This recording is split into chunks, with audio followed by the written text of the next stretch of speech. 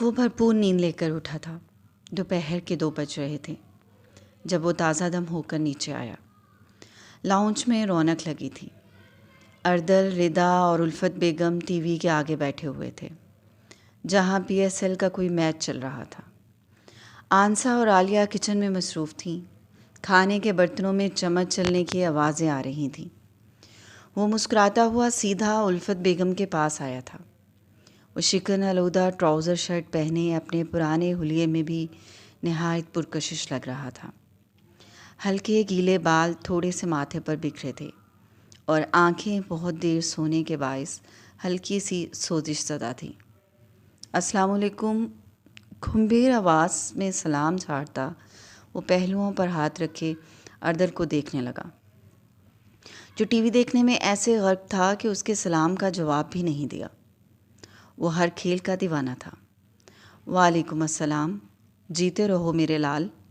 الفت بیگم خوش دلی سے سلام کا جواب دیتی متوجہ ہوئیں اور اسے اپنے پاس بیٹھنے کا اشارہ کیا۔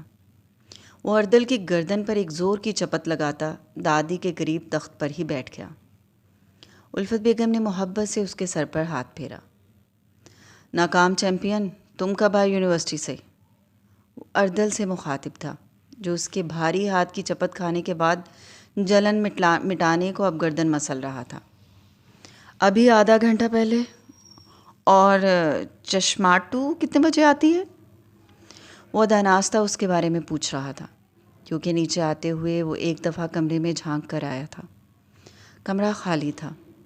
دعا کا تو اسے پتہ تھا وہ ملازمت کرتی ہے، شام کو آتی ہے، لیکن میرا بھی کمرے میں نہیں تھی اور یہاں نیچے بھی نہیں تھی۔ وہ لاشعوری طور پر اس کی بدلی پرسرار سی شخصیت میں الجھ رہا تھا۔ وہ یونیورسٹی سے سیدھی جاب پر جاتی ہے۔ اردل کی جگہ جواب عالیہ نے دیا تھا، جو الفت بیگم کو چائے کا کپ پکڑانے آئی تھی۔ جاب؟ وہ کہاں جاب کرتی ہے؟ آہل نے حیرت سے بھویں اکٹھی کرتے ہوئے استحاضیہ پوچھا۔ نتاشا میں ڈیزائنر ہے۔ اب کی بار جواب اردل نے دیا تھا۔ وہ ٹی وی پر نگاہیں جمائے فروانی سے بولا تھا۔ کیا بولا؟ نتاشا؟ آہل کے ابرو حیرت سے اوپر اٹھے۔ آہل کو اپنے کانوں پر یقین نہیں آیا تھا۔ نتاشا پاکستان کی بہت بڑی ٹیکسٹائل برانڈ تھا۔ وہ ابھی کل ہی تو یہ سوچ رہا تھا کہ وہاں ملازمت کی کوشش کرے گا۔ وہ اتنا قابل تھا کہ اسے نتاشا میں ملازمت مل سکتی تھی، لیکن میرا نتاشا میں ملازمت کرتی ہے، وہ بھی ڈیزائنر کے طور پر، یہ ناقابل یقین تھا۔ ہاں، نتاشا میں ہی کرتی ہے۔ وہ کپڑوں کا بہت بڑا برانڈ ہے جو اس میں، عالیہ نے تفصیل بتا کر تصدیق کی۔ وہ حیران بیٹھا تھا جب عالیہ نے وضاحت دے کر اسے مزید حیرت میں مبتلا کر دیا۔ مرحا نے یونیورسٹی کا کوئی مقابلہ جیتا تھا، تب نتاشا کی طرف سے پیشکش آئی تھی، اس نے قبول کر لی۔ اب تو کہہ رہی تھی ایم فل کے رزلٹ کے بعد اس کی پروموشن بھی ہے، عالیہ دانت نکالتے ہوئے بتا رہی تھی۔ وہ ہونک بنا بیٹھا تھا۔ جس کمپنی میں وہ ملازمت کا خواب دیکھ رہا تھا، مرحا وہاں پہلے سے ہی ملازمت کرتی تھی۔ اس خبر نے اسے جتنا حیران کیا اتنا مرعوب بھی کیا۔ کل تک تو وہ اس کی شخصیت کے بدلاؤ پر مسرور اور حیرت زدہ تھا، لیکن آج اس کی قابلیت کے قصے سن کر تو گنگ ہی رہ گیا۔ عالیہ چائے رکھ کر جا چکی تھی۔ ردا بھی کھانے کی میز پر بیٹھ گئی تھی۔ اردل ٹی وی دیکھنے میں محو تھا اور الفت بیگم چائے کے گھونٹ پڑ رہی تھی، اور وہ اب تک اسی حالت میں بیٹھا خلا میں گھو رہا تھا۔ بے یقینی کی کیفیت تھی۔ شام بہت حسین اور نکھری نکھری تھی۔ کل کی بارش کا سلسلہ آج تھم گیا تھا۔ آسمان صاف شفاف تھا، کہیں بس اکا دکا بادل منڈلا رہے تھے۔ سورج کی سنہری کرنیں سرمئی رنگ کا لبادہ اوڑھتی یوں لگ رہی تھی جیسے سنگھار کر رہی ہوں۔ پونم اور لطیف ہوا کے جھونکے درختوں کے سوکھے پتوں کو اڑا رہے تھے۔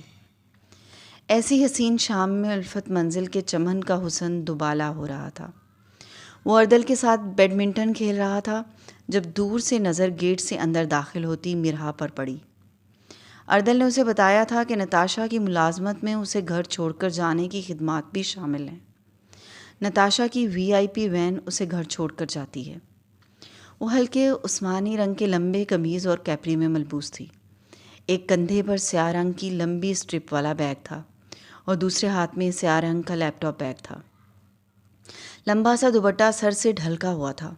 وہ نہایت وقار اور نفاست سے خراماں خراماں چلتی پورچ کا فاصلہ عبور کر کے داخلی برآمدوں کی طرف جا رہی تھی۔ چلو اب باقی کل کھیلیں گے۔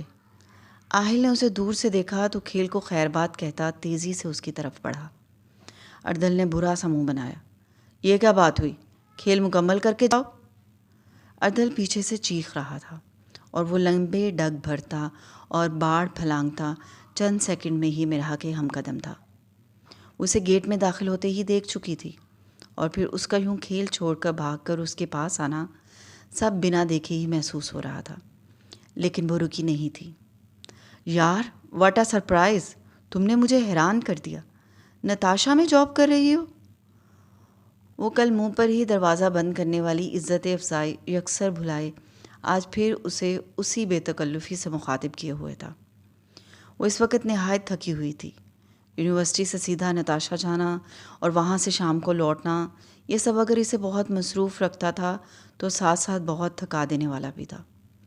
وہ آہل کے پرجوش اور مشتاق پن سے بے پرواہی برتتی نہ تو رکی تھی اور نہ ہی اسے کوئی جواب دینا مناسب سمجھا تھا، اور وہ بھی ایسا ایک نمبر کا ڈھیٹ اور بے شرم انسان تھا کہ اس کی بے مروتی اور روکھے پن کو محسوس ہی نہیں کر رہا تھا۔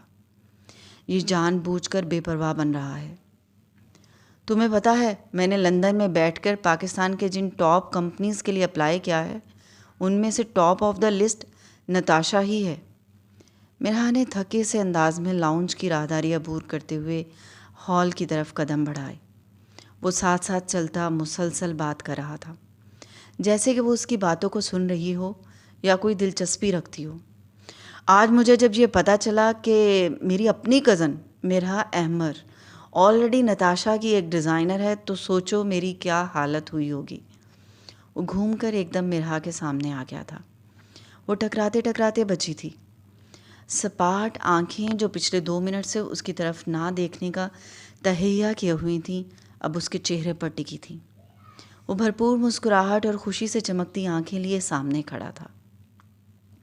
چند سیکنڈ کا جمود تھا جسے مرہا نے بیزار صورت بنائے توڑا اور ایک طرف ہو کر اس کے پہلو سے نکلتی آگے بڑھی۔ وہ تیزی سے چلتا ایک دفعہ پھر سے سامنے آ گیا۔ اب کی بار وہ زینے چڑھنے والی تھی اور اب آہل اسے ایک زینہ اوپر بالکل سامنے کھڑا تھا۔ اس دفعہ وہ کچھ نہیں بول رہا تھا، بس مسکراتے ہوئے راستہ روکے کھڑا تھا۔ مرہا نے ایک خونخوار اور سب کچھ سمجھا دینے والی نظر اس پر ڈالی اور خاموشی سے ایک طرف ہو کر نکلنا چاہا، لیکن وہ بھی مسکراہٹ دبائے اسی طرف ہو گیا۔ وہ یہاں اسے راضی کرنے کے لیے 4 سال پہلے والا حربہ آزما رہا تھا، لیکن شاید یہ بھول گیا تھا کہ وہ خود 4 سال پہلے اس مرہا کو زندہ لاش بنا گیا تھا، اور اب جو اس کے سامنے کھڑی تھی اس مرہا احمر کے لیے وہ کچھ نہیں تھا۔ وہ اس سے دوستی تو کیا بات تک نہیں کرنا چاہتی تھی۔ مرہا نے ایک دفعہ بس اس طرح گزرنے کی صحیح کی، اگلی دفعہ وہ نہایت جارحانہ لہجے میں غرائی۔ آئی تھنک میں رات بہت اچھے طریقے سے یہ واضح کر چکی ہوں کہ میرے پاس تم سے بات کرنے اور تمہاری بات سننے کا فضول وقت نہیں ہے۔ ایک پل کے لیے آہل کے چہرے کی رنگت متغیر ہوئی، لیکن پھر وہ گہری سانس اندر انڈیلتا ذرا سنجیدہ ہوا۔ اوکے اب بس کرو مرہا، اگر تو تم یہ چاہتی ہو کہ میں اس رات کے لیے تم سے معافی مانگوں تو میں ایسا نہیں کروں گا، کیونکہ میں اس رات بالکل ٹھیک تھا، اور اگر تم اب بھی اس بھرم میں جی رہی ہو تو میں تمہیں اچھا دوست بن کر سمجھاؤں گا۔ یار یہ پیار محبت یہ سب بیکار کی باتیں میں سب سمجھ گئی ہوں، مجھے سمجھانے یا پڑھانے کی ضرورت نہیں ہے۔ میں کسی بھرم میں نہیں جی رہی ہوں، وہ سب میری کمسنی کی بیوقوفی تھی، مجھے تم سے کوئی محبت نہیں ہے۔ وہ سپاٹ لہجے میں ترکی با ترکی بولی تھی۔ وہ مسکرا دیا۔ ہاں تو گڈ نا یار، ویری گڈ، لیکن تم پھر میرے ساتھ ایسا بیہیو کیوں کر رہی ہو؟ مجھ سے کیوں ناراض ہو؟ مرہا نے استحاضہ مسکراتے ہوئے نظروں کا زاویہ بدلا۔ چند سیکنڈ کے توقف کے بعد اس نے اعتماد سے آہل کی آنکھوں میں آنکھیں گاڑی. کیونکہ آہل ولید، تم میری گڈ بک کے درجوں میں سب سے نیچے بھی نہیں رہے، اور میں اپنی زندگی میں لوگوں کو درجوں کے حساب سے اہمیت دیتی ہوں. تم وہاں کھڑے ہو جہاں کھڑے لوگوں سے میں بات کرنا بھی پسند نہیں کرتی. وہ تڑختے باروب لہجے میں ذو معنی جملے بولی تھی اور پھر سر کو ایک ادا سے جھٹکا دیا. اس کے لہجے اور انداز میں کچھ ایسی معروبیت تھی کہ وہ جواب دینے تو دور کی بات اپنی جگہ سے ہل نہیں سکا تھا، اور وہ بڑی شان اور بڑے وقار سے پاس سے گزرتی اوپر چڑھ گئی تھی. وہ سگریٹ سلگائے اپنے کمرے کے ٹیرس پر ٹہل رہا تھا، ایک ہاتھ پینٹ کی جیب میں ڈالے اور دوسرے ہاتھ سے سگریٹ کے کش لگاتا. وہ پریشان نظر آ رہا تھا. رات دھواں دھواں تھی یا پھر اس کا دل؟ وہ یہ بات سمجھنے سے قاصر تھا. بادلوں کی یلغار آسمان پر سے تو چھٹ گئی تھی، لیکن کہیں اس کے سینے پر جم گئی تھی. آج پہلی دفعہ کسی بات نے اس کے ذہن کو نہیں بلکہ دل کو جھنجھوڑا تھا. مرحا کی گڈ بک والی بات پر نہ جانے کیوں اسے 6 سال پہلے والی آپسی گفتگو یاد آ گئی. وہ دونوں الفت منزل کے چمن میں ایک دوسرے کے آمنے سامنے بیٹھے تھے. جب اس نے ہنستے ہوئے یہ بتایا تھا کہ اس نے اپنے دل اور ذہن میں ارد گرد کے لوگوں کے لیے ایک گڈ بک ترتیب دے رکھی ہے، اور اس گڈ بک میں اس کا درجہ مما کے بعد آتا ہے. وہ اس وقت اس کی بات پر خوب ہنسا تھا اور بات مذاق کی نظر ہو گئی تھی، لیکن آج جب اس نے اسی بات کو دہرا کر کہا تھا کہ وہ اب اس کے بک کے نچلے درجوں میں بھی نہیں رہا تھا، تو نہ جانے کیوں یہ بات دل کو شدت سے محسوس ہوئی. اس نے بارہا اپنے ذہن کو جھٹکنا چاہا، لیکن یہ ممکن نہیں ہو سکا.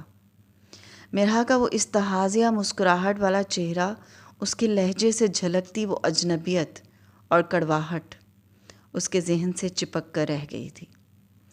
اسے یوں ہی بے چین ٹہلتے ہوئے کافی دیر ہو گئی تھی، اور پھر جیسے ذہن میں ایک خیال آتے ہی وہ سگریٹ پھینک کر پاؤں کے نیچے مسلتا کمرے کے دروازے کی طرف بڑھا. باس نے جب پروموشن کے بارے میں بتایا تو بیچارے کا چہرہ دیکھنے والا تھا. مرحا نے کھنکتے لہجے میں بتایا. بیچارہ کیوں؟ اچھا ہوا اس کے ساتھ. جیلس کہیں کا. قسم سے مجھے تو عورت لگتا ہے پوری، دعا نے جھرجھری لیتے ہوئے کہا. کمرے میں دونوں کا یکجان قہقہا بلند ہوا. وہ دونوں اس وقت اپنے اپنے پلنگ پر نیم دراز تھیں، اور مرحا اسے آفس کی باتیں بتا رہی تھی. آفس میں اس کے مقابلے کی پوسٹ پر ایک لڑکا اس کی اہمیت اور قابلیت کی وجہ سے اس سے کافی خار کھاتا تھا، اور اسے آج جب باس نے یہ بتایا کہ اس کے پینل میں سے صرف مرحا کو پروموٹ کر کے سینئر ڈیزائنر پینل میں بھیجا جا رہا ہے تو اس کی حالت بوکھلا جانے والی تھی.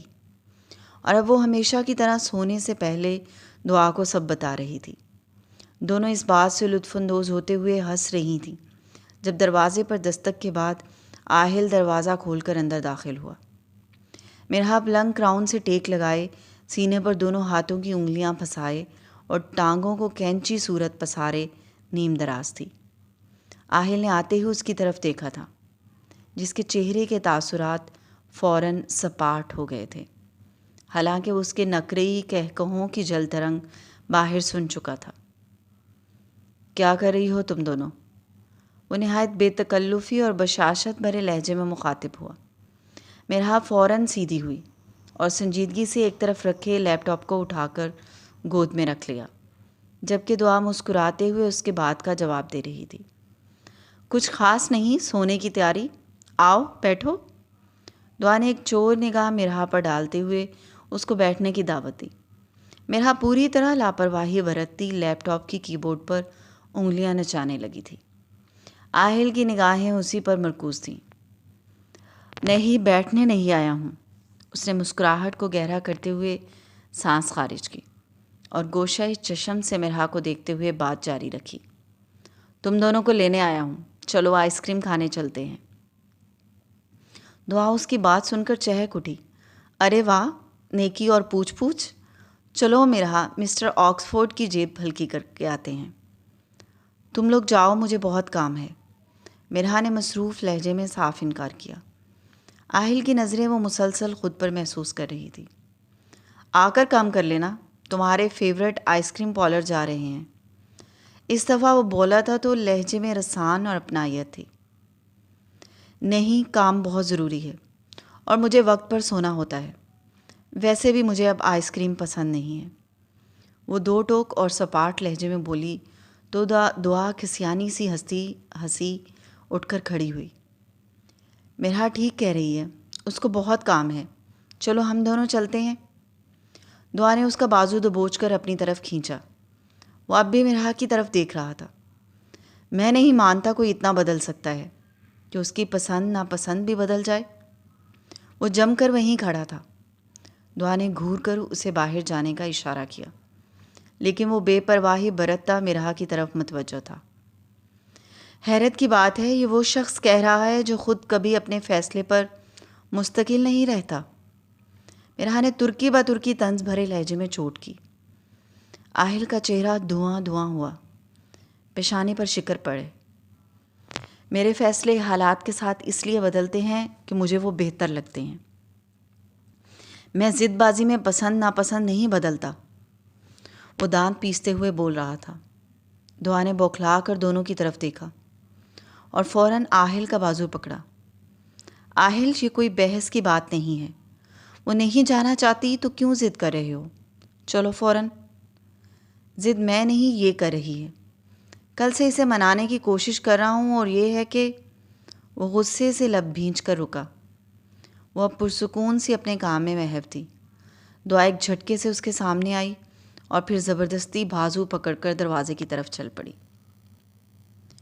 وہ سراسر اوور ری ایکٹ کر رہی ہے، آہل نے کار کے وہیل پر گرفت مضبوط کرتے ہوئے غصے سے کہا۔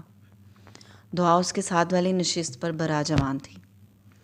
وہ اوور ری ایکٹ نہیں کر رہی ہے، وہ اب ایسی ہی ہو گئی ہے۔ دعا نے سانس خارج کرتے ہوئے تحمل سے جواب دیا۔ گاڑی پوری رفتار سے سڑک پر بھاگ رہی تھی۔ آہل غصے سے سرخ چہرہ لیے ڈرائیو کرتا رہا۔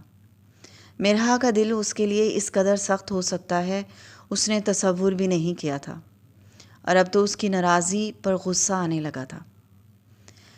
نہیں، وہ سب کے ساتھ ایسی نہیں ہے، صرف میرے ساتھ ہے۔ اس نے دانت پیستے ہوئے دعا کی بات کی تردید کی۔ ہاں، کیونکہ سب نے اس کے ساتھ ویسا نہیں کیا جیسا تم نے کیا تھا۔ دعا نے اسی کے لہجے میں جواب دیا اور کھڑکی سے باہر دیکھنے لگی۔ وہ اس کا بھائی تھا، لیکن جو بات درست تھی اس نے وہی کہی۔ اسے مرحا غلط نہیں لگتی تھی۔ او شٹ اپ! 4 سال پہلے میں نے اسے اس کی بیوقوفی کے لیے منع کر کے کوئی ظلم نہیں کیا تھا۔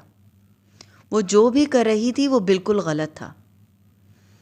کاش کہ تم نے صرف بیوقوفی اور اس کی غلطی کے لیے منع کیا ہوتا، وہ سب نہ کہا ہوتا جو شاید تم اب بھول گئے ہو، لیکن وہ نہیں بھولی۔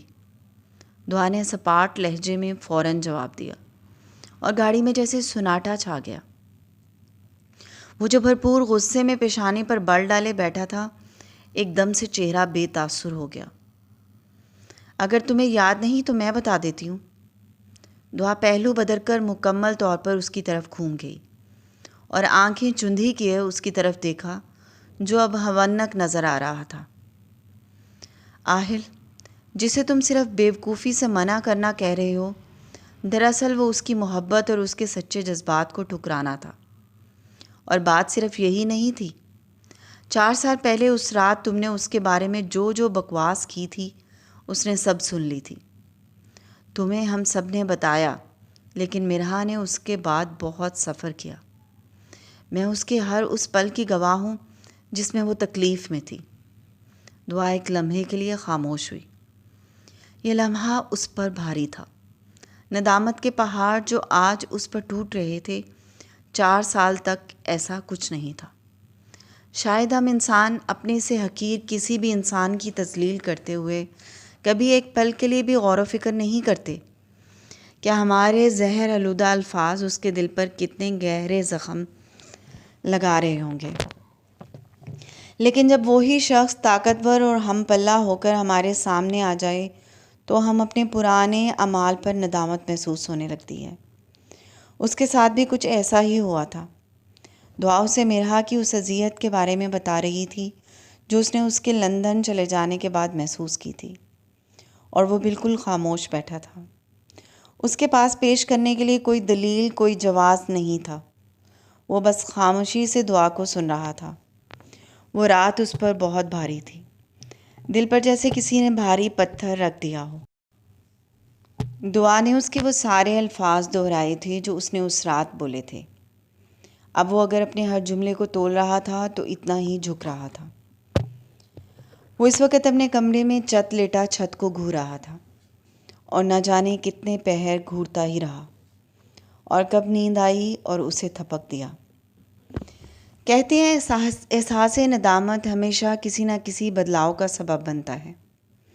اس کے دل میں جو احساس ندامت پیدا ہوا تھا وہ بھی ایک عجیب سے بدلاؤ کا سبب بن رہا تھا۔ میرا کہ یہ بدلی ہوئی شخصیت بہت پرسرار اور مستور ہو گئی تھی۔ انسان کی فطرت ہمیشہ پرسرار چیزوں کی کھوج میں پاگل رہی ہے۔ آہل ولید جس کو لڑکیاں دیکھ کر دم بھرتی تھیں، اس کے لیے ایک لڑکی کی ایسی بے پرواہی ناقابل برداشت تھی۔ وہ مرحا جو کل تک اس کے لیے ایک عام، بیوقوف اور جذباتی لڑکی تھی، آج ایک پرسرار اور صغیر راز بن گئی تھی۔ وہ دم بدم اس چھپی ہوئی مستور اور پرسرار شخصیت سے معروب ہو رہا تھا۔ ہر گزرتا دن مرحا کی شخصیت کے ایک ایسے پہلو کو اجاگر کر رہا تھا جو اس کے لیے ناقابل یقین تھا۔ آج وہ صبح 8 بجے بھی اٹھ گیا تھا۔ حیرت کی بات تھی، رات بھر نیند نہ آنے کے باوجود وہ صبح 8 بجے ناشتے کی میز پر تھا۔ دعا اور ولید احمد گھر سے نکل گئے تھے۔ اردل اور ردا بھی جا چکے تھے۔ رات اسے دعا سے معلوم ہوا تھا کہ وہ صبح 8:30 کے قریب یونیورسٹی جاتی ہے، اور پھر وہ 8 بجے میز پر تھا اور لاشعوری طور پر اس کا منتظر تھا۔ ذہن عجیب شش و پنج اور الجھن کا شکار تھا۔ وہ اپنی غلطی پر پشیمان بھی تھا، لیکن اس بات کے لیے معافی مانگنے کا مطلب تھا کہ وہ اس کی اس وقت کی بیوقوفی کو درست تسلیم کر رہا تھا۔ کیا کرے، اس سے معافی مانگے یا نہیں؟ وہ ناشتے کی میز پر اسی کشمکش میں بیٹھا ہوا تھا جب وہ زینے اتر کر لاؤنج سے اسی طرف آتی دکھائی دی۔ وہ آج گہرے میرون رنگ کے جوڑے میں نک سک سے تیار تھی۔ جوڑے پر ہم رنگ دھاگوں سے شیشوں کی کڑھائی تھی۔ اسے بالوں کو بڑی ہی نزاکت اور خوبصورتی سے باندھا تھا۔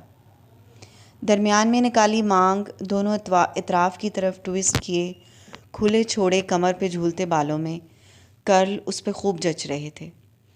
بڑی مہارت سے مناسب میک اپ کیا ہوا تھا جس نے اس کے چہرے کے ہر نقش کی تراش خراش کو مزید ابھار دیا تھا۔ آنکھوں پر لگا چشمہ ٹرانسپیرنٹ تھا جس سے آنکھوں کا رنگ نمایاں ہو رہا تھا۔ کاندھے پر دوپٹہ سلیقے سے ٹکا تھا۔ وہ نہایت وقار سے چل کر آتی ایک پل کے لیے اسے دم بخودہ کر چکی تھی۔ وہ ہزاروں مکمل حسن کے پیکر دیکھ چکا تھا، لیکن اس کی شخصیت میں عجب سی کشش اور معروبیت تھی جو کسی انچاہی بیل کی طرح اپنی جڑیں پھیلا رہی تھی۔ وہ آہل کو سامنے میز پر دیکھ کر ایک پل کے لیے ٹھٹک کر رکی، پیشانی پر ناگواری کے بل ڈالے، اور اس سے پہلے کہ وہ واپس مڑتی آنسا کی آواز نے قدم روک لیے۔ ناشتہ کیے بنا مت جانا مرحا۔ وہ جو آج صبح صبح ہی اسے سامنے دیکھ کر بیزار ہو گئی تھی، سختی سے لب بھینچتی جبراً رک گئی۔ آنسا باقاعدہ اس کے قریب آ گئی تھی اور پیار سے اس کا کندھا تھپک کر آنکھوں ہی آنکھوں میں بیٹھ جانے کی درخواست کی۔ آہل کی نگاہیں اس پر مرکوز تھیں۔ آج وہ خلاف معمول نہایت سنجیدہ اور پریشان لگ رہا تھا۔ آنسا وہ مانی ٹھیک ہی تو چاہتی تھی، آخر وہ کب تک اس سے بھاگتی رہے گی؟ وہ اسی گھر میں رہتا تھا، اسے چھپنے اور راستہ بدلنے کے بجائے ہمت سے سامنا کرنا تھا۔ وہ اس کے بالکل سامنے دوسری طرف بیٹھ چکی تھی۔ عالیہ نے دونوں کے آگے ناشتہ رکھ دیا۔ مرحا بے نیازی سے اپنے موبائل اسکرین پر نگاہیں جمائے ایک ہاتھ سے ناشتہ کر رہی تھی اور وہ اس پر نگاہیں مرکوز کیے ہوئے تھا۔ آہل کا دیکھنا کچھ اس طرز کا تھا کہ وہ چند لمحوں میں ہی اپنی تھوڑی دیر پہلے کے ارادے کو بدلنے پر مجبور ہو گئی۔ اسے آہل کا یوں ٹکٹکی باندھ کر دیکھنا بولنے سے زیادہ ناقابل برداشت تھا۔ وہ ایک جھٹکے سے کرسی پیچھے ہٹاتی اٹھی تو وہ بھی کسی روبوٹ کی مانند ساتھ ہی اٹھ کھڑا ہوا۔ کیسے جاتی ہو یونیورسٹی؟ نہایت ملائم لہجے میں سوال کیا گیا۔ میرا نے ایک نخوت بھری نگاہ اس پر ڈالی، لیکن جواب نہیں دیا۔ وہ اپنا لیپ ٹاپ بیگ اٹھا رہی تھی۔ نہایت اپنائیت بھرے لہجے میں پیشکش کی گئی۔ نہیں، ضرورت نہیں، حیدر ماموں آفس جاتے مجھے چھوڑ دیتے ہیں۔ اسے اپنا پرس کاندھے پر ڈالتے ہوئے بے مروتی سے انکار کیا۔ تو حیدر چاچو بھی آج میرے ساتھ جا رہے ہیں؟ دراصل مجھے اپنے کسی دوست سے ملنے جانا ہے، تو میں انہیں ڈراپ کر کے وہاں جاؤں گا۔ اس نے بڑی خوبصورتی سے فوراً جھوٹ گھڑا۔ میرا نے گھور کر اس کی طرف دیکھا۔ وہ بڑا سنجیدہ سا کھڑا تھا۔ تم اپنی گاڑی پر جا سکتے ہو، نہایت سخت لہجے میں مشورہ دیا گیا۔ میری گاڑی کا کوئی مسئلہ ہے شاید؟ آہل نے کان کھجاتے ہوئے دوسرا جھوٹ گھڑا۔ چلو مرہا، دیر ہو رہی ہے بھئی۔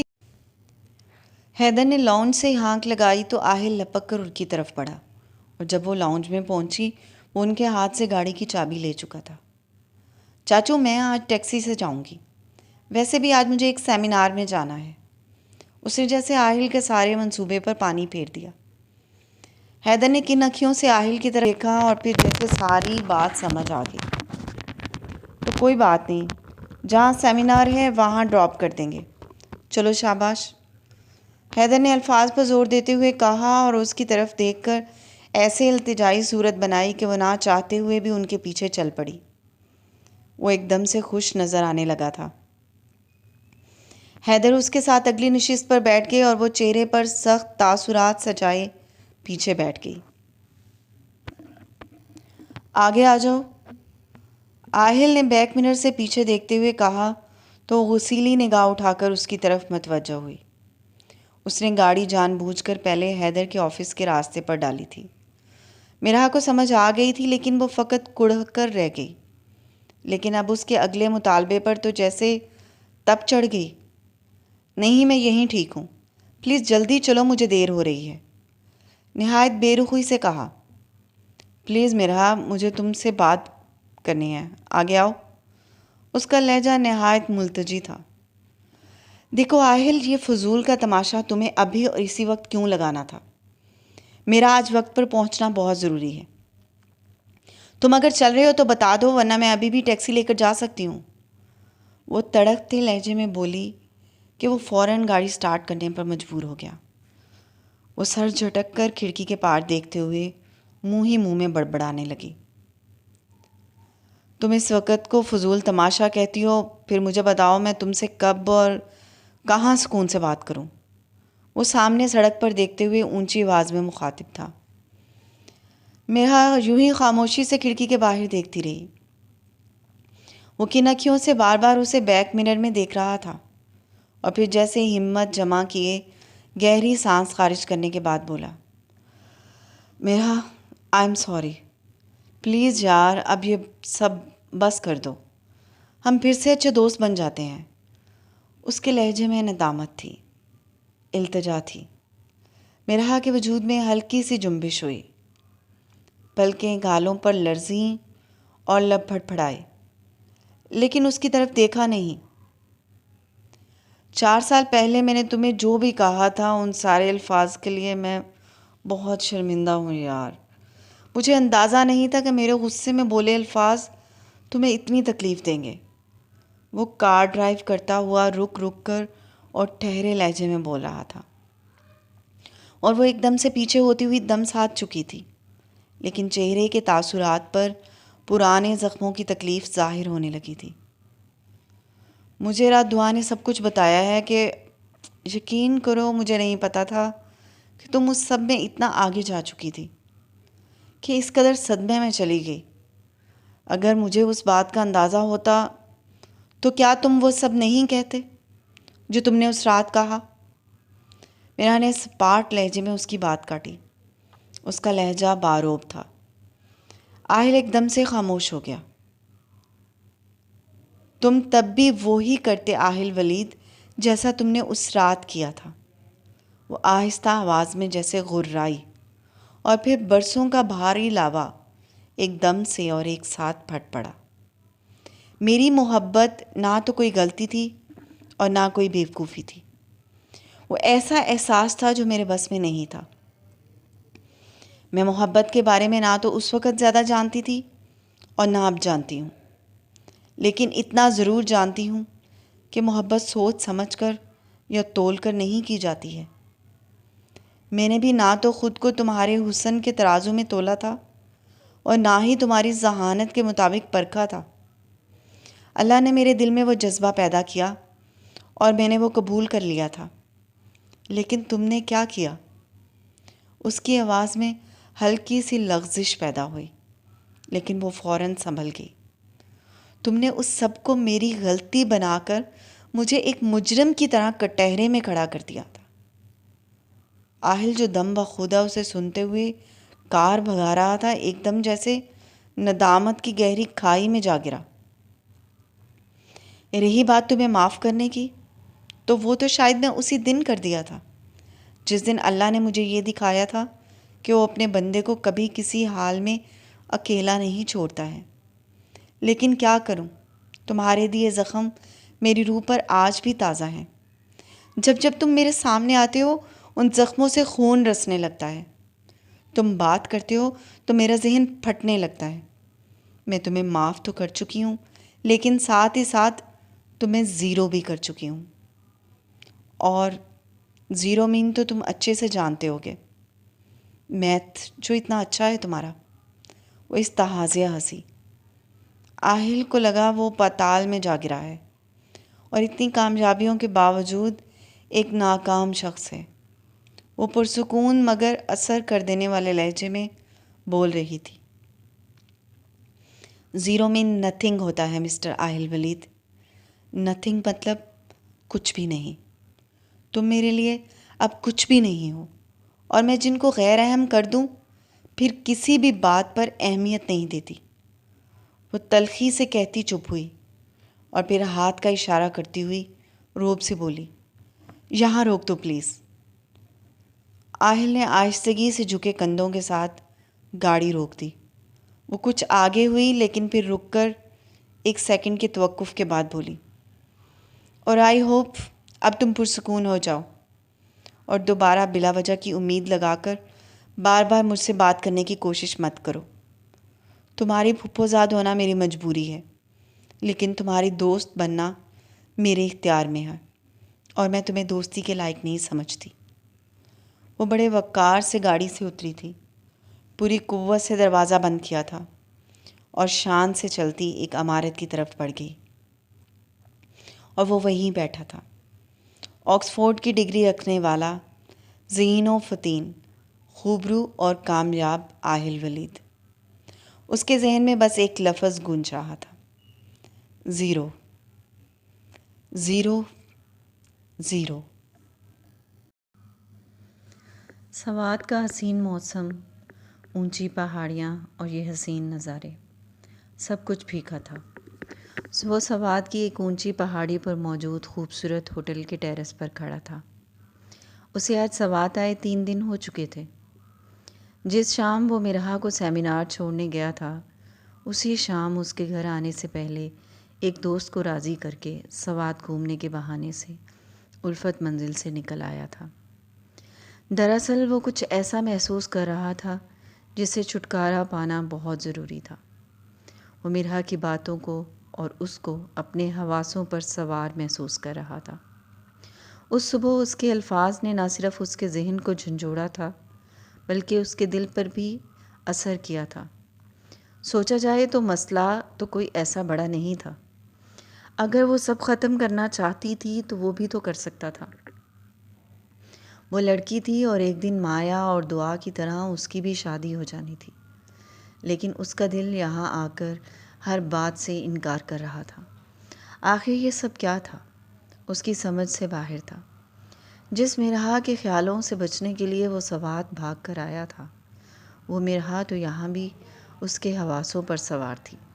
پھر کیا فائدہ تھا یہاں رکنے کا؟ دعا کا بار بار فون آ رہا تھا۔ مایا کل شام پہنچ گئی تھی، اس کے ساتھ ارمغان آیا تھا، اور وہ بار بار اس کا پوچھ رہا تھا۔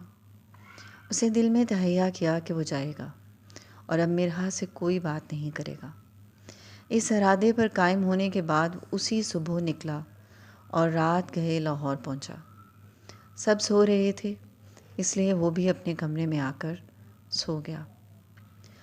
آب جو میں ایک طلسمی عکس ابھرا تھا، دہکے آرز آئینے میں تیز شعلوں کی ضیا، احمری لب زخم تازے موج خون سے آشنا، تیکھے ابرو کالی راتوں کا ملائم ڈھیر سا، بہتی افشاں جگمگاتی مشعلوں کے قافلہ، گہری آنکھیں دور تک منظر سہانے خواب کا۔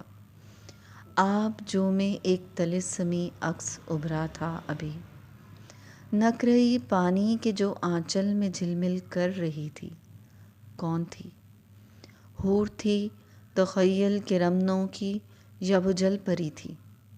کون تھی؟ اس پہیلی کی گرہ کھلنے سے پہلے ہی نگاہوں پر میری ریشمی قدموں کی آہٹ سے خلا کی سبز چلمن آ گری۔ آب جو میں ایک طلسمی عکس ابھرا تھا ابھی، یکف ساحل پہ میرے نقش پا تھے اور بس۔ اگلی صبح اس کی آنکھ ٹیرس کے کھلے دروازے سے آنے والے شور و غل سے کھلی تھی۔ نیچے الفت منزل کے چمن سے شور آ رہا تھا، بہت سے لوگوں کی ملی جلی آوازیں، چیخیں اور قہقہے تھے۔ وہ کسل مندی سے اٹھا اور انگڑائی لیتا ٹیرس پر نکل آیا، مگر سامنے کا منظر دیکھ کر جیسے انگڑائی کے لیے اٹھے بازو ہوا میں ہی معلق رہ گئے۔ نیچے چمن میں لگی کرسیوں پر مایا، دعا، ارمغان، ردا اور مرہا موجود تھے۔ میز پر لڈو موجود تھی اور مرہا ارمغان کے ہاتھ پر ہاتھ مار کر ہنس رہی تھی۔ وہ کسی بات پر لوٹ پوٹ ہو رہا تھا اور بار بار مرہا کی طرف دیکھ رہا تھا، جو گہرے گلابی کرتے میں اونچی پونی بنائے نہایت حسین لگ رہی تھی۔ وہ ایک پل کے لیے مبہوت سا ہو کر سامنے کا منظر دیکھتا رہا، لیکن اگلے ہی پل جب مرہا نے ہاتھ اونچا کر کے ارمغان کے ہاتھ پر مارا اور دونوں کسی بات پر خوش ہوتے ہوئے ہنسے تو اس کے جیسے تن بدن میں آگ سی لگ گئی۔ اچانک دل نے یہ خواہش کی کہ ارمغان کی جگہ وہ ہوتا اور مرہا یوں اس کے ساتھ ہنس رہی ہوتی۔ وہ ٹیرس کے جنگلے کو مضبوطی سے تھامے بت بنا کھڑا تھا جب اچانک اردل کی نگاہ اس پر پڑی۔ آہل اٹھ گئے؟ جلدی نیچے آؤ یار، بہت مزہ آ رہا ہے۔ سب نے ایک ساتھ اوپر دیکھا تھا اور اس نے مرہا کے تاثرات بدلتے دیکھے تھے۔ ہاں ابھی آ رہا ہوں، اور ابھی سے بتا دوں مرہا میری پارٹنر ہوگی، وہ بھرپور دانت نکال کر اونچی آواز میں بولا۔ مرہا کا چہرہ دیکھنے والا تھا۔ تمہیں تو میں نہیں چھوڑوں گا مرہا احمر، وہ دلکشی سے مسکرایا۔ مرہا نے آنکھیں چندی کیے ٹیرس پر کھڑے آہل کو دیکھا تھا۔ اسے حیرت ہو رہی تھی کہ کوئی اتنا ڈھیٹ کیسے ہو سکتا ہے۔ اس دن کار میں وہ نہ صرف اسے صاف صاف سمجھا چکی تھی بلکہ اچھی خاصی عزت افزائی بھی کر چکی تھی۔